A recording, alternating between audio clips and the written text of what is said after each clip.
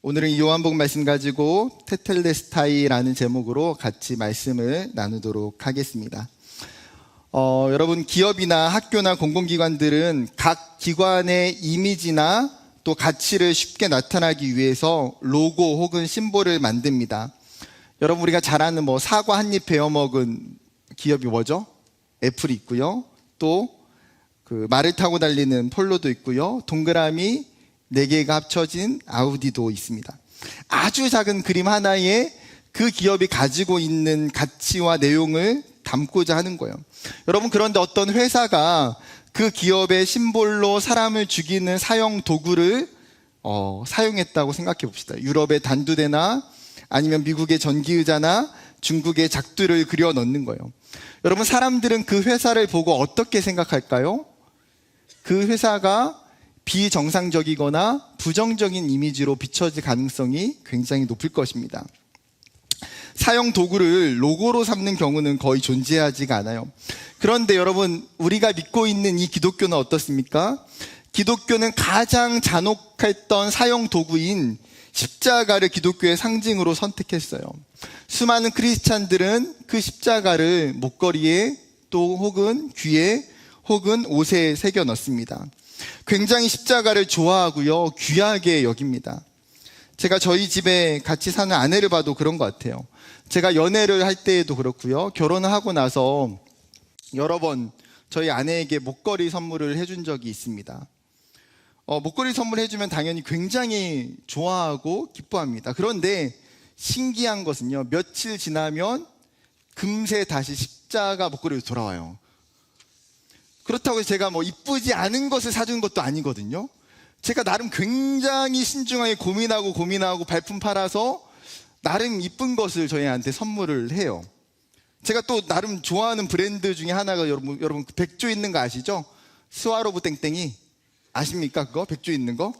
제가 몇 번 그 백조, 이렇게 이쁘장한 백조 이렇게 저희 아내한테 선물해 준 적이 있어요.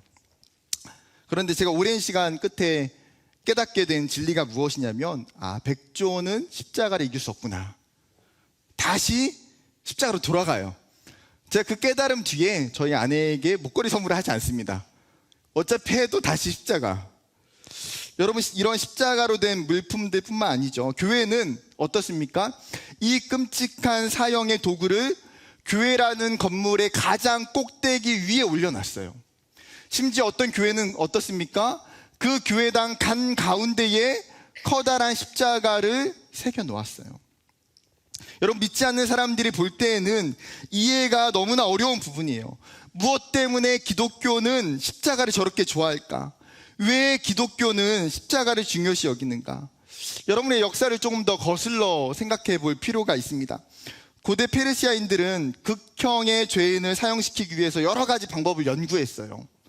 돌로 쳐 죽이기, 익사, 화형, 기름에 삶기, 교살, 창살 등 안 써본 도구와 방법들이 없어요. 그리고 나서 그들이 연구했던 가장 잔인한 방법 중에 하나가 무엇이냐면 십자가였어요. 그 페르시아에서 만들었던 십자가의 처형 방법이 마게도냐의 알렉산더에게 넘어가고 카르타고를 거쳐서 로마인들에게도 전해지게 됩니다. 이런 십자가형은 로마에 반대하는 정치범이나 종교 선동자나 살인자나 노예나 해적들에게 주로 선고됐어요. 로마의 시민들에게 있어서는요, 명백한 반역이 아니면 절대 십자가 처형을 하지 않았습니다. 즉, 자신들의 속국이나 이방 민족들에게만 적용을 했어요. 그래서 어떻습니까? 나중에 전승에 따르면 베드로가 십자가 처형을 당하게 돼요. 그런데 똑같은 죄목이었던 사도 바울은 어떻습니까? 십자가 처형을 당하지 않고 그는 교수형을 당해요. 왜요? 사도 바울은 로마의 시민권자이기 때문에. 유대인들에게는 여러분, 십자가의 형벌이 단순히 육체적인 고통과 수치의 도구만은 아니에요. 그들에게 십자가는 신학적인 의미가 첨부되어 있는데, 그 의미가 무엇이냐면 하나님의 저주라는 거예요. 왜냐하면 신명기 율법에는 이렇게 이야기합니다. 21장 23절, 그 시체를 나무 위에 밤새도록 두지 말고 그날에 장사하여 내 하나님 여호와께서 내게 기업으로 주시는 땅을 더럽히지 말라. 나무에 달린 자는 하나님께 저주를 받았음이니라. 무슨 말입니까? 나무에 달려 죽은 자는 어떤 사람이라는 거예요? 하나님께 저주를 받은 사람이라는 거예요. 여러분, 그런데 유대인들이 예수님을 메시아로 인정하지 못하는 가장 큰 문제가 어디에 있어요? 여기에 있다라는 거예요. 왜요? 이미 율법에서는 십자가에 달려 죽은 사람은 하나님께 저주를 받은 사람인데, 예수가 하나님의 아들이고 예수가 메시아라고 할 수가 없는 거예요. 왜요? 그 예수가 십자가에 달려 죽었기 때문에. 만약에 예수가 오히려 십자가에 달려 죽지 않고 교수형이나 다른 방법으로 죽었다면 오히려 예수님에 대한 반감은 유대인들에게 덜했을지도 모르겠어요. 여러분, 사도 바울이 고린도전서에서 어떤 이야기를 합니까? 1장 23절에 이렇게 이야기해요. 우리는 십자가에 못 박힌 그리스도를 전하니 유대인에게는 거리끼는 것이요 이방인에게는 미련한 것이로되. 지금 사람들에게 복음을 전해요. 그 복음의 내용이 무엇입니까? 예수가 우리를 위해서 십자가에 달려 죽으셨다라는 그 내용이에요. 그런데 십자가에 예수를 전할 때 유대인들의 반응이 어때요? 그들에게는 이것이 굉장히 복음의 걸림돌이고 시험거리가 된다라는 거예요. 반대로 이방인들에게는 이것이 너무나 어리석은 이야기라는 거예요. 왜요? 메시아가 어떻게 십자가에서 죽을 수가 있냐는 거죠. 유대인들에게 십자가에 대한 인식이 얼마나 부정적인지를 보여주는 말씀이에요. 그런데 성경 어떻습니까? 예수 그리스도가 십자가에 달려 죽으셨다라고 명확히 소개하고 있어요. 여러분, 그러면 예수님의 죄명이 무엇입니까? 예수님이 겟세마네 동산에서 로마의 군병들에게 붙잡혀서 사내들인 공회로 잡혀갑니다. 그때 사내들인 공회에서 제사장들과 서기관들이 여러 명의 거짓 증인들을 세워서 예수님을 죄를 뒤집어 씌우려고 해요. 그런데도 그들의 방법이 통하지가 않습니다. 결국 그들이 예수님을 걸고 넘어가는 것이 무엇입니까?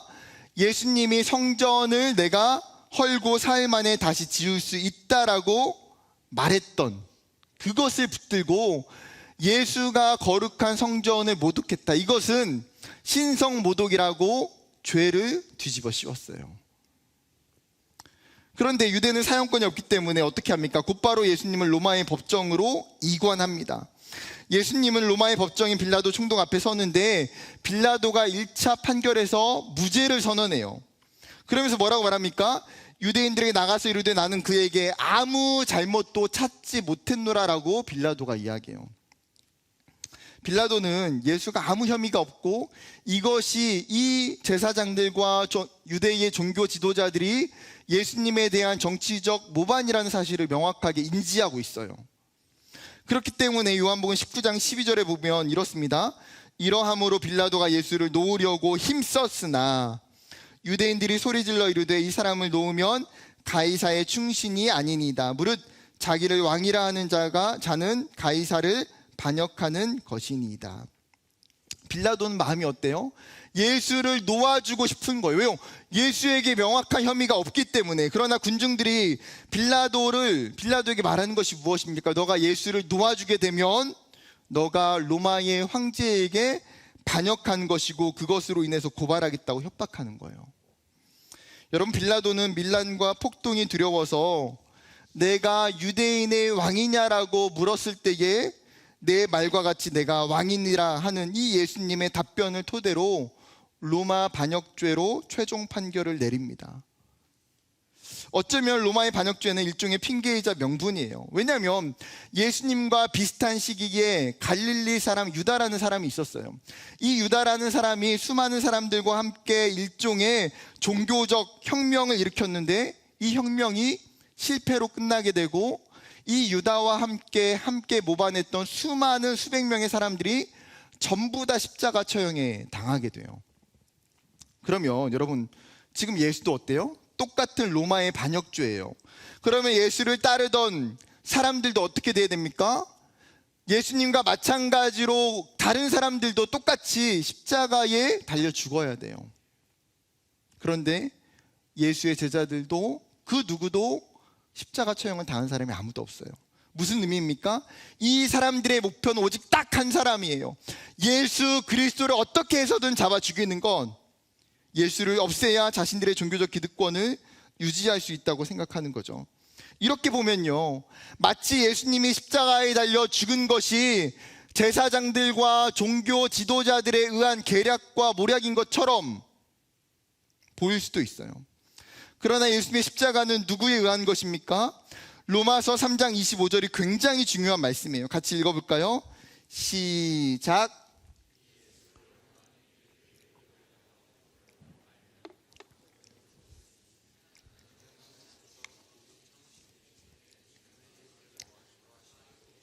자기의 의로우심을 나타내려 하심이니라.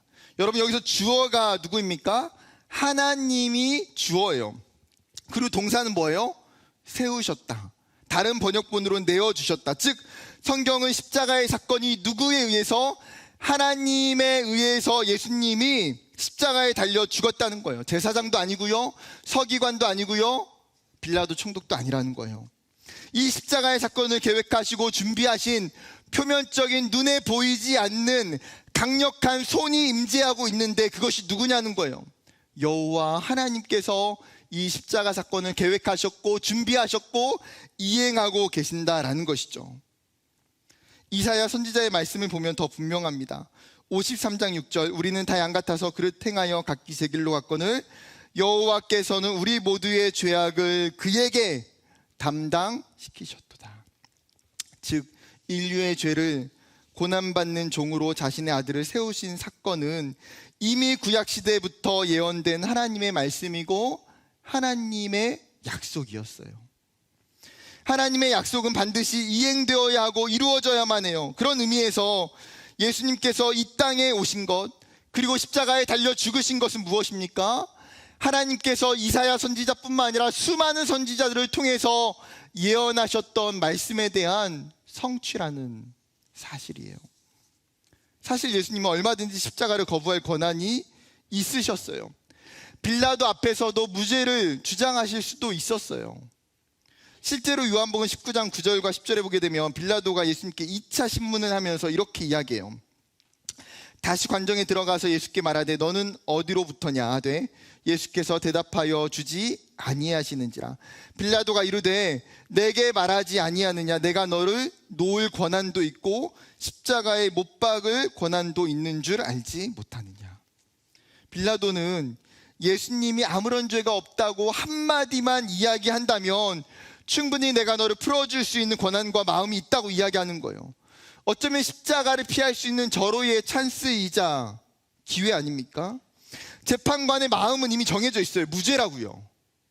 그런데 예수님은 빌라도의 생각을 초월하는 대답을 하고 계세요.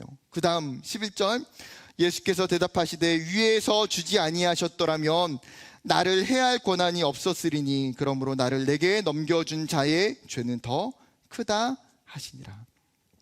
무슨 말입니까? 한마디로 빌라도 너 착각하지 말라는 거예요. 내가 십자가의 형벌을 받는 것은 너가 가지고 있는 권한 때문이 아니라 하나님께서 너에게 그 역할을 넘겨주셨기 때문에 이루어진 것이다. 하나님의 계획이고 하나님이 너에게 권한을 주시지 않았더라면 너에게 권한이 없다는 거죠. 십자가 위에서 예수님은 신적인 능력을 사용해서 그 어떠한 기적도 이적도 가능하세요. 할 수 있음에도 불구하고 하지 않는 것, 거부할 수 있음에도 거부하지 않는 것, 그 이유는 무엇이에요? 자신을 십자가 위에 세우신 분이 하나님 아버지시기 때문에. 십자가는 전 인류를 향한 하나님의 계획이고 예수님은 그 하나님의 위대한 계획을 성취하기 위해 묵묵히 고통 속에 순종하고 계세요. 그러면 오늘 본문인 요한복음 19장은 예수님께서 십자가에 달려 돌아가시는 본문이에요. 사복음서를 보면 예수님께서 십자가 위에 달리셨을 때에 총 7마디를 십자가 위에서 이야기하고 계세요. 학자들은 그것을 가상칠언이라고 이야기합니다. 가상칠언 중에서 오늘 본문은 6째 마디예요. 6째에 해당하는 말씀이 무엇입니까? 다 이루었다. 예수님께서 이 말씀을 하셨을 때에 여러분 십자가에서 구경을 하는 수많은 종교 지도자들과 유대인들은 예수님이 이야기하고 있는 이 이야기, 다 이루었다라고 하는 이 이야기가 도저히 이해가 되지 않는 거예요. 여러분, 우리가 성경의 지식을 다 삭제하고 유대인의 관점에서 유대인의 안경을 쓰고 십자가 위에 있는 예수님을 한번 생각해 봅시다. 여러분, 예수가 어떤 사람입니까? 예수는 33세 한 남성이에요. 그리고 그의 원래의 직업은 목수였습니다. 그러나 최근에는 어때요? 특별한 일도 없이 3년간 그냥 직업 없이 살고 있어요. 그렇다고 해서 부유한 가정도 아니고요, 명문 집안에서 태어난 자제도 아니에요. 방랑벽이 있는 것처럼 12명의 사람들을 끌고 수많은 도시와 수많은 마을들을 돌아다니기만 합니다. 몇 해 전부터는 그가 하고 있는 이야기들과 그가 베푸는 기적들로 인해서 큰 주목과 인기를 끌기 시작해요. 그것도 잠시. 그는 로마의 관원들에게 붙잡혔고 십자가 형벌을 당하게 됩니다. 그런데 그 십자가 형벌 위에 마지막 멘트가 뭐예요? 다 이루었다 이에요. 이스라엘을 로마로부터 해방시킨 것도 아니고요, 눈에 보이는 업적을 이룬 것도 아니고, 이스라엘 가운데 최고의 지위에 이른 것도 아니에요. 유대인들에게 유익을 끼친 것도 아니고, 그들의 마음을 얻은 것도 아니에요. 유대인들의 볼 때에 외적으로 예수가 이룬 것은 아무것도 없어요. 여러분, 어떤 느낌이냐면 약간 이런 거 아닐까요? 전교 1등하는 학생에게 선생님이 와서 질문해요. 너 중간고사 공부 다 했니? 그럼 학생이 뭐라고 대답합니까? 네, 다 했어요. 그러면 이 학생의 대답은 뭐예요? 좀 믿을만해요. 왜요? 항상 1등을 하는 학생이고 분명히 또 열심히 준비를 했고 공부를 했기 때문에. 그런데 전교 300등 하는 학생에게 선생님이 똑같은 질문을 해요. 너 공부 다 했니? 300등 하는 학생이 대답하죠. 네, 다 했습니다. 선생님은 어떤 생각이 들까요? 얘는 뭘 다 했다고 이야기하는 걸까? 그래도 300등인데. 여러분, 유대인들이 볼 때에는요, 예수는 1번일까요? 2번일까요? 2번이에요. 유대를 위해서 아무것도 한 것이 없는데 예수가 십자가 위에서 뭐라고 말합니까? 다 이루었다라고 이야기해요. 여러분, 이 멘트는 어쩌면 인생의 성공자가, 전쟁의 정복자가 할 수 있는 선언이지, 십자가에서 처형받고 있는 사형수가 할 수 있는 멘트는 아니에요. 며칠 전까지만 해도 그 새끼 나귀를 타고 예루살렘에 입성할 때에 호산나 호산나 다윗의 자손이여라고 환호했던 사람들은 그들의 환상과 기대가 일주일 만에 끝이 나면서 또 한 명의 거짓 선지자가, 또 한 명의 거짓 사람이 일으켰던 종교적 모반으로 지금 기억될 수 있는 상황 앞에 놓여 있는 거예요. 예수님은 하나님의 놀라운 계획을 알지 못하고 보지 못하고 있는 이 유대인들에게 지금 분명하게 선포하시는 거예요. 너희가 실패라고 여기고 생각할 때에, 거짓 선지자라고 왜곡할 때에 다 이루었다라고 하는 이 외침은 하나님의 계획이 성공했음을 의미하는 거예요. 그 누구도 할 수 없는 하나님의 그 불가능한 미션을 완수했다라는 것이죠. 예수님의 그 미션이, 그 임무가 무엇입니까? 마가복음 10장 33절과 34절은 이렇게 이야기해요. 보라, 우리가 예루살렘에 올라가노니 인자가 대제사장들과 서기관들에게 넘기움에 저희가 죽이기로 결안하고 이방인들에게 넘겨주겠고 그들은 능욕하며 침뱉으며 채찍질하고 죽일 것이니 저는 3일 만에 살아나리라 하시니라. 여러분, 예수님의 목적이 뭐예요? 붙잡히고 조롱당하고 채찍질당하고 십자가에 달려 죽는 것. 하나님의 미션은 십자가예요. 예수님이 십자가 위에서 그 미션을 완전히 이행하셨기 때문에 지금 예수님은 다 이루었다라고 말할 수 있는 자격이 있으신 거죠. 그렇다면 여러분, 한 걸음 나아가서 예수님이 그 십자가 위에서 죽으신 이유가 무엇입니까? 그 핵심이 오늘 요한복음 19장 30절 그 한 단어 안에 있어요. 다 이루었다. 다 이루었다. 이 단어는 헬라어의 테텔레스타이라고 하는 단어예요. 주보의 제목이기도 하죠. 이 단어는 원래의 텔레오라고 하는 끝내다, 완성하다, 완수하다라는 단어에서 파생이 됐어요. 즉, 어떠한 특정한 행위를 성공적으로 끝냈을 때 사용하는 단어. 그러니까 무슨 일을 완료했을 때 사용하는 단어가 테텔레스타이예요. 그래서 종이나 노예들이 주인이 맡긴 일을 완벽하게 다 마치고 나서 돌아와서 주인에게 보고할 때 뭐라고 이야기합니까? 테텔레스타이라고 이야기하는 거예요. 왜요? 주인이 맡겨진 그 일을 내가 완벽하게 마쳤다는 거예요. 예수님은 십자가 위에서 자신의 생명을 내어주고 죽어야 하는 미션을 받았어요. 지금 자신이 십자가 위에서 하나님이 보내셨던 그 미션을 완벽하게 수행하시면서 그것을 다 마치실 때에 뭐라고 말씀하는 거예요? 테텔레스타이. 내가 하나님의 계획을 다 이루었다라고 하는 거예요. 나아가 예수님 말씀하신 테텔레스타이는 한 가지 더, 그것보다 더 중요한 의미가 담겨져 있어요. 이 단어는 사업 문서나 영수 중에 빈번하게 사용되는 단어였습니다. 고대 헬라 도시 가운데에 발견된 수많은 영수증 위에는 테텔레스타이라는 단어가 적혀져 있었어요. 그 의미는 완불되었음이에요. 즉 채무자가 돈을 빌려서 갚아야 되는데 마지막 채무를 다 갚고 나서 지불 각서 위에 완벽하게 지불이 끝났다고 적어주는 거예요.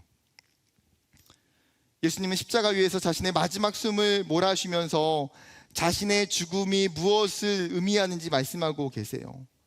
여러분, 다 이루었다라고 하는 이 예수님의 말씀은 다른 말로 바꾸면 내가 완벽하게 지불했다라고 하는 의미예요. 내가 전부 다 갚았다. 우리는 이것을 예수님의 대속이라고 표현해요. 그러면 여러분, 예수님께서 지불하셔야 되는 그 각서 위에는 무엇이 있습니까? 그 각서 위에 쓰여져 있는 채무가 무엇이에요? 바로 우리의 죄예요. 모든 인류의 죄, 모든 사람의 죄, 하나님과 관계를 깨뜨렸던 원인이자 우리를 죽을 수밖에 없게 만든 원인, 우리가 갚아야 되는 빚, 우리가 해결해야 되는 빚이 바로 죄예요. 여러분, 우리가 살아가면서 얼마나 악하고 얼마나 죄가 많은지 수없이 느끼고 살아가요. 아무리 의롭고 아무리 깨끗하고 선하게 살고자 하여도 한순간 넘어지고 한순간 무너지는 무능함을 경험할 때가 얼마나 많은지요. 그래서 인간의 특성에 대해 칼빈은 인류의 전적 타락과 전적 부패라고 설명해요. 최초의 인간이었던 그 아담과 하와가 하나님께 불순종하여 범죄한 이후에 세상에 죄가 들어왔고 모든 인류와 인간에게는 죄 아래 거하고 있다는 거예요. 그 죄의 영향 속에 있는 사람은 하나님을 기쁘시게 할 어떤 선한 행위와 능력이 없다라는 거죠. 영적으로 완벽하게 무능하기 때문에. 로마서 33장 23절에는 이 사실을 명확하게 이야기합니다. 모든 사람이 죄를 범하였음에 하나님의 영광에 이르지 못하더니. 여러분, 우리가 교회 안에 있다고 해서 우리가 세상 사람들처럼 죄를 짓지 않는 건 아니에요. 우리가 세상에 있는 사람들보다 죄의 부피가 적다고 해서 죄가 없어지는 것도 아니에요. 하나님 앞에서 우리 모두는 동일한 죄인이기 때문에. 그런데 더 중요한 문제는 무엇입니까?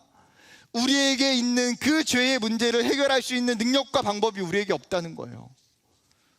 마음은 얼마나 많습니까? 내 죄를 해결하고 싶고 내 죄를 깨끗해 하고 싶은 마음들이 우리 가운데 얼마나 많이 있어요. 그런데 그것이 우리 가운데 불가능하다는 거예요. 하나님과의 깨어진 관계를 회복할 능력이, 죄인된 우리의 존재를 의롭게 바꿀 수 있는 방법이 그 어디에도 없다는 거예요. 여러분, 하나님은 구약시대에 죄를 해결하는 방법으로 제사라고 하는 제도를 허락해 주셨어요. 내가 죄를 지었을 때에 그 죄를 용서함 받기 위해서 흠없는 소나 양이나 염소를 잡아서 제사를 드리는 것, 제물이 되는 그 동물이 나를 대신하여 피 흘려 죽음을 통해서 나의 죄가 용서받는 것이 희생제사의 원리예요.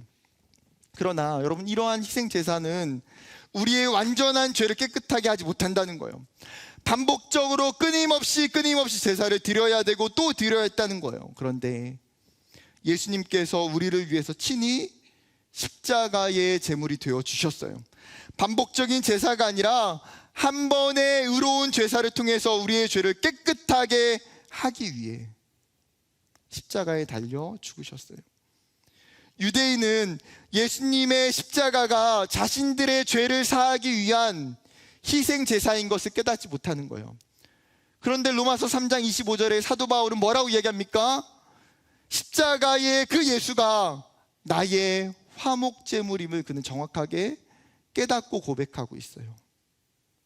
사랑하는 여러분, 여러분은 십자가의 그 의미와 목적을 정확하게 깨닫고 있습니까? 그렇다면 십자가에 달려 죽으신 예수님의 희생이 나의 죄임을 정확하게 고백할 수 있어야 돼요. 십자가를 통해서 우리가 바라봐야 되는 것이 무엇입니까? 나의 죄예요, 나의 죄. 여러분, 우리의 죄가 없었다면 예수님이 이 땅에 내려오실 필요도 없었어요. 우리의 죄가 아니었다면 예수님이 이 땅에 내려오셔서 십자가에 죽으실 이유도 없었어요. 내가 달려야 되는 십자가에 예수님께서 대신 달리기 위해서 이 땅에 내려오셨다는 거예요. 나아가 예수님께서 나의 죄의 영수증 위에 오늘 선포하셨던 것처럼 테텔레스타이, 완전히 지불되었다고 적어주셨어요. 여러분의 영혼 가운데에 예수님이 이 한마디를 깊이 적어주고 계시는 거예요. 너가 죄인이냐? 그래, 너가 죄인이야. 그렇지만 내가 너를 위해서 십자가에 죽었고 테텔레스타이, 내가 너를 위해서 완벽하게 지불하였다고 예수님 우리 가운데에 선언하고 계세요. 사랑하는 여러분, 그 예수님의 십자가를 믿는다는 것은 예수님께서 죄인인 나를 구원해 주셨고 죄에서 건져 주셨음을 믿는 거예요. 우리가 예수님의 십자가를 묵상하면서 죄인이었던 나의 존재됨과 그리고 죄에서 구원받은 나의 존재됨, 이 두 가지 사실을요 명확하게 깨달아야 돼요. 이 고난주간을 보내면서 여러분, 우리가 이 분명한 깨달음이 있기를 주님의 이름으로 축복합니다. 마지막 이 십자가의 사건이 우리에게 알려주는 중요한 메시지가 있어요. 그것은 무엇일까요? 그것은 예수님의 사랑이에요. 나를 향한 사랑, 예수님의 그 강력한 사랑이 바로 십자가예요. 히브리서 12장 2절에는요 이렇게 이야기합니다. 믿음의 주요 또 온전케 하시는 이인 예수를 바라보자. 그는 그의 앞에 있는 기쁨을 위하여 십자가를 참으사 부끄러움을 개의치 아니하시더니 하나님 보좌 우편에 앉으셨느니라. 사도 바울이 뭐라고 이야기합니까? 우리의 믿음의 대상인 예수를 설명하면서 그는 말할 수 없는 고통의 형벌인 십자가를 참으셨다는 거예요. 죽음의 고통을 참으셨어요. 심지어 십자가 위에 수많은 수치와 조롱과 부끄러움조차 개의치 않으셨다는 거예요. 왜요? 그 앞에 있는 기쁨을 위해서. 그 기쁨은 어떤 기쁨입니까? 십자가를 통해서 수많은 사람들에게 임하게 되는 구원의 기쁨이에요. 그 기쁨은 하나님과 인간에게 깨어졌던 그 관계가 회복되는 기쁨이에요. 그 기쁨은 죽었던 자들이 살아나는 기쁨이에요. 예수님은 우리를 너무나 사랑하시기 때문에 이 기쁨을 위하여 사랑 때문에 뭐예요? 참으셨다는 거예요. 고통스럽지 않은 것이 아니라, 피하고 싶지 않은 것이 아니라, 아프지 않은 것이 아니라 참으셨다는 거예요. 나아가 로마서 5장 8절은 이렇게 이야기해요. 우리가 아직 죄인 되었을 때에 그리스도께서 우리를 위하여 죽으심으로 하나님께서 우리에 대한 자기의 사랑을 확증하셨느니라. 여러분, 우리의 상태가 어떤 상태냐면 아직 죄인 되었을 때에, 여러분, 우리가 의로워서, 우리가 선을 행해서, 우리가 예수님을 잘 믿었기 때문에 예수님 우리를 위해서 십자가에 달려 죽으신 게 아니에요. 우리가 아직 죄인 되어 있을 때에, 여전히 죄인이고 여전히 악하고 여전히 의로움이 우리에게 없었을 그때에 예수님은 우리를 위해서 죽어주셨어요. 무엇을 드러내기 위해서요?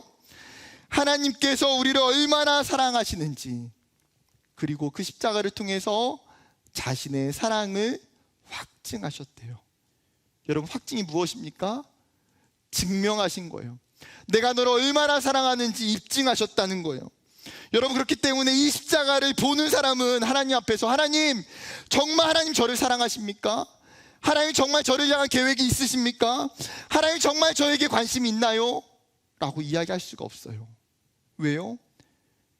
여러분, 우리에게 다른 그 어떠한 사랑이 존재하지 않을지라도 십자가 하나만 놓고 봐서도 하나님 우리를 너무나 사랑하시기 때문이에요. 우리 예수님은 자신의 생명을 십자가에 내어주시면서 모든 인류를 구원하시기 위해서, 나를 정말 구원하시기 위해서 얼마나 간절하셨을까.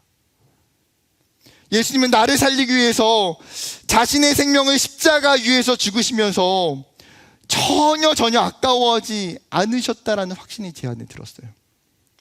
저는 다음에도 누군가가 제 조혈모 세포를 기증받아야 된다고 하면 저는 또 할 거예요. 2번이고 3번이고 또 할 거예요. 여러분, 예수님이 그 고난과 고통을 참으신 것은 우리를 살리는 기쁨과 영광 때문에, 그 사랑 때문이에요. 사랑하는 여러분, 예수님의 십자가는 여러분 다른 사람의 이야기가 아니에요.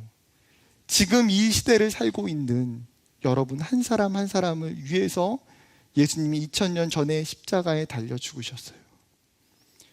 예수님의 말할 수 없는 사랑이, 그 십자가의 은혜가 여러분에게 정말 깊이 있었으면 좋겠어요. 말씀을 마치려고 합니다. 내일부터 한 주간 고난주간을 보내게 됩니다. 여러분, 고난주간의 핵심은 고난이 아니에요. 고난주간의 핵심은 무엇입니까? 그 이면에 있는 예수님의 사랑이에요. 예수님이 왜 참으셨어요? 여러분, 예수님이 왜 고난받으셨어요? 여러분을 사랑하시기 때문에. 그 십자가의 사랑을 믿는 것이 여러분 복음이에요. 그 십자가의 그 은혜를 깨닫는 것이 믿음이에요.